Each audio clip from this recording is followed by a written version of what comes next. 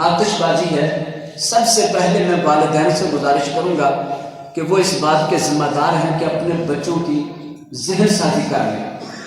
والدین ذمہ دار ہیں اولاد کے حوالے سے، والدین سے بھی اپنی اولاد کے متعلق سوال کیا جانا ہے۔ رزق میں سے ایک رزق اولاد بھی ہے کہ اللہ نے جو کچھ عطا کیا اسے رزق کہتے ہیں، اور سب سے قیمتی رزق تو اولاد ہے۔ ان کی ذہن سازی کر لیں، ان کو بچا لیں۔ یہ چھوٹے چھوٹے بچے جو پٹاخے سڑکوں میں پھینکتے ہیں، لوگوں کے درمیان پھینکتے ہیں، اور یہ سب کچھ چل رہا ہے، والدین اپنی ذمہ داری ادا کریں اور اپنے بچوں کو اس کام سے روکیں۔ بچے تو بچے ہیں، بڑوں کی ذمہ داری ہے غلط کام سے روکیں، جہاں تک ہو سکتا منع کریں۔ دوسرے نمبر پر سب سے زیادہ مؤثر یہ ہوگا کہ جتنے دکاندار حضرات ہیں وہ اللہ سے ڈریں، اپنے رب اپنے مالک کے حکم کو سمجھیں۔ یہ فضول خرچی، یہ معاشرے کے لیے تباہی کا سامان، معاشرے کے لیے تکلیف کا سامان، وہ تھوڑے نفع کے لیے لا کر بیچ دیتے، معاشرے میں عام کر دیتے۔ جو چیز دکان پر نہیں آئے گی وہ آگے نہیں جائے گی۔ دکاندار اس بات کا ذمہ دار ہے۔ دکاندار جتنا کچھ بیچتا ہے، جس سے اگر تکلیف پھیلتی ہے، وہ 50 بچے اس سے سامان لے کے جائیں، وہ 50 کو اپنا اپنا گناہ ہے، اس 50 کو سامان مہیا کرنے والے کو 50 کا گناہ۔ وہ دکاندار کتنا بڑا مجرم ہے۔ اگر حکومت نہیں اسے روک رہی، حکومت نے اسے پکڑ دی، تو رب کی حکومت کا کوئی ڈر نہیں اسے۔ رب کی حاکمیت کو اس نے قبول نہیں کیا، لا الہ الا اللہ اس نے نہیں پڑھا، محمد الرسول اللہ صلی اللہ علیہ وسلم پڑھ کے غلام نہیں بنا۔ کس منہ سے وہ یہ کام کر رہا ہے؟ صرف چند روپے کے لیے، چند ٹکوں کے پیچھے۔ ورنہ یہ ذمہ داری ان لوگوں کی ہے کہ جن کو اللہ نے اختیار دیا ہے، ایسے بنانے والوں کو بند کریں، ایسی فیکٹریوں کو بند کریں، اور ایسے آگے بیچنے والوں کو روکیں۔ معاشرے کے اندر برائی ختم ہو جاتی ہے۔ لیکن ہم دیکھتے ہیں کرسی کی دوڑ نے سب کو اپنے پیچھے ایسا چمٹایا ہے، معاشرہ سارا، قوم ساری تباہ ہو جائے، مر جائے، نقصان ہو جائے، ان کی فلاح و بہبود کا تو کوئی فکر نہیں۔ اپنی کرسی کی فکر ہے، اس کے لیے لڑ لڑ کے ہلکان ہو گئے۔ میرے دوستوں اور بھائیوں، ایک مومن وہ تو اللہ کی رضا چاہتا ہے، وہ تو اپنے اللہ کے حکم کا پابند ہوتا ہے۔ لہذا یہ دکاندار حضرات وہ اس پیغام کو سمجھیں، آپ ان دکاندار بھائیوں تک یہ پیغام پہنچائیں کہ وہ ایسی چیز نہ لائیں۔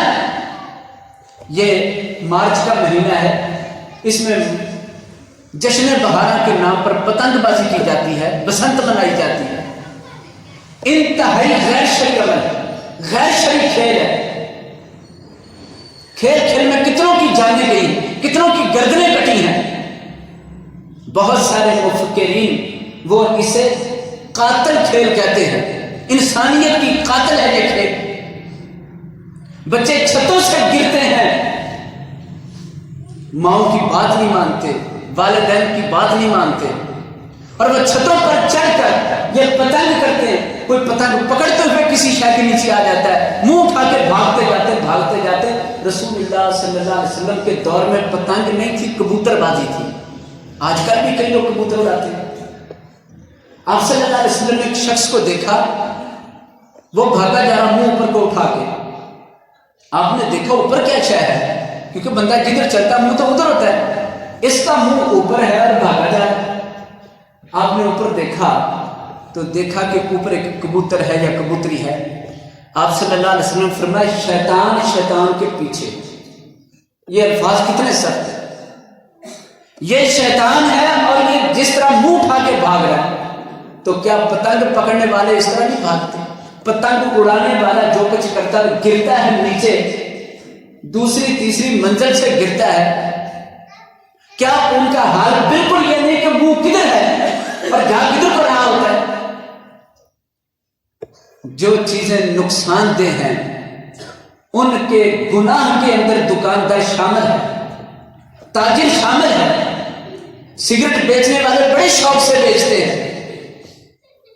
میرے بھائی، جمعے کے دن ہم دین سیکھنے آتے ہیں، اخلاقیات سیکھنے آتے ہیں، جمعے پڑھتے جانا اور ان چیزوں کو اپنے رب کی مرضی کے مطابق نہیں کرنا بڑا نقصان ہے۔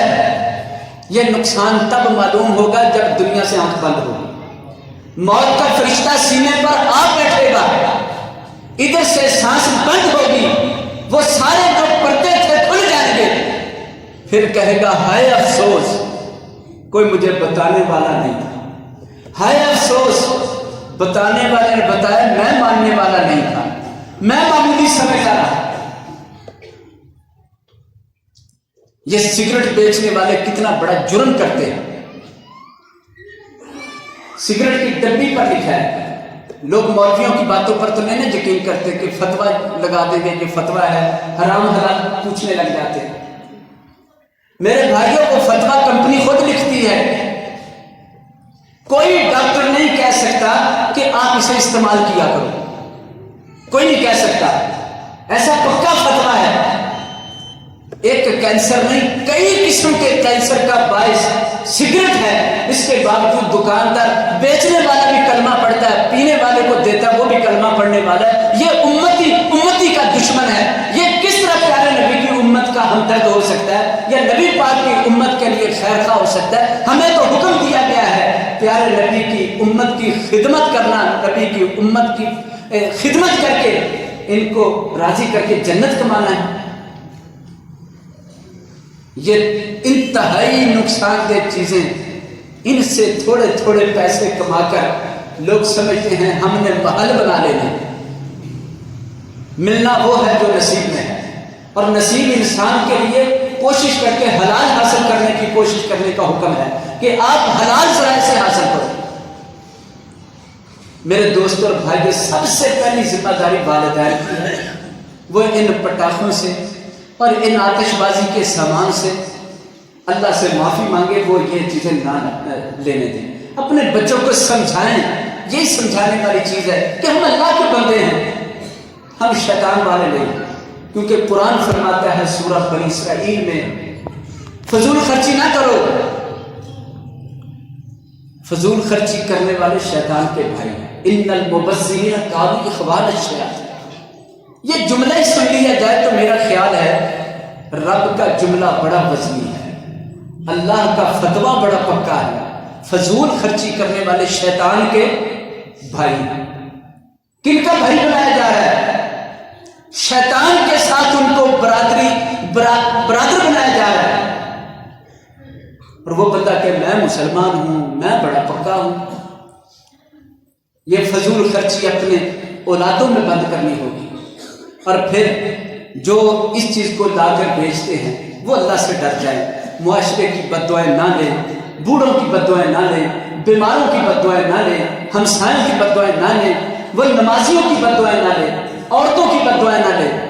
بددعائیں ملتی ہیں جب یہ لوگ ایسی حرکتیں کرتے ہیں، تو بددعاؤں کا اثر بڑی دور تک جاتا ہے۔